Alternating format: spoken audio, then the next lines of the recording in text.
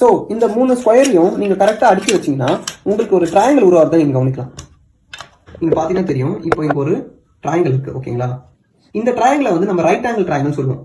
ஏன்னா ஏதோ ஒரு மூலை, இந்த ட்ரையாங்கிள் ஏதோ ஒரு மூலை வந்து 90 டிகிரியில் இருக்கும். ஏன்னா இப்போ பார்த்தீங்கன்னா இது வந்து 90 டிகிரி இருக்கு. ஸோ இது மாதிரி 90 டிகிரி இருக்கிற ஒரு ட்ரையாங்கிளை நம்ம ரைட் ஆங்கிள் ட்ரையாங்கிள் சொல்லுவோம். ஓகேங்களா, அண்ட் பைத்தாகரஸ் என்ன சொல்றாருன்னா, இது மாதிரி ரைட் ஆங்கிள் ட்ரையாங்கிளோடைய 2 சின்ன சைடு இருக்கு. அதாவது இதுவும் சின்ன சைடு. ஓகேங்களா, இந்த 2 சின்ன சைடை வச்சு நீங்க ஒரு ஸ்கொயர் செஞ்சீங்கன்னா, இப்போ நான் செஞ்சிருக்கு பாத்தீங்களா, இந்த ஸ்கொயர் அப்புறம் இந்த ஸ்கொயர், இந்த 2 ஸ்கொயரோட ஏரியா வந்து இந்த 3வது சைடுடைய ஸ்கொயருக்கு ஈக்குவலா இருக்கும் அப்படின்னு சொல்றாரு. அதாவது இந்த சைடு ஏ, இது பி, இது சின்னு வச்சீங்கன்னா ஏ ஓட ஸ்கொயரும் பி ஓட ஸ்கொயரும் நீங்க சேர்த்தீங்கன்னா சி ஓட ஸ்கொயர் கிடைச்சிடும். அதான் பைத்தாகரஸ் தியரம். ஸோ இப்போ நான் இந்த 2 சின்ன ஸ்கொயர்ல தண்ணியை ஃபில் பண்ணிட்டா அது 2த்தையும் இதை எடுத்து ஊற்றும் போது இந்த ஸ்கொயர்ல கரெக்டா ஃபில் பண்ணணும். ஓகேங்களா, அப்படி நடந்துச்சுன்னா பைத்தாகரஸ் தியரம் உண்மைன்னு நம்ம நிரூபிச்சுக்கலாம்.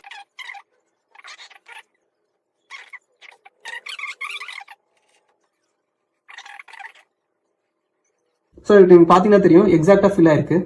அண்ட் இந்த ஈக்குவேஷன் எவ்வளவு பெரிய ட்ரையாங்கிளா இருந்தாலும் சரி, என்ன சைஸ் ட்ரையாங்கிளா இருந்தாலும் சரி, எப்பவுமே ஒர்க் ஆகும். இது போல சயின்ஸ் ரொம்ப கத்துக்கணும்னு ஆசை இருந்தா சயின்ஸ் சிம்பிளிஃபைடுன்னு சொல்லிட்டு ஒரு கோர்ஸை நாங்க ரெடி பண்ணிட்டு இருக்கோம்.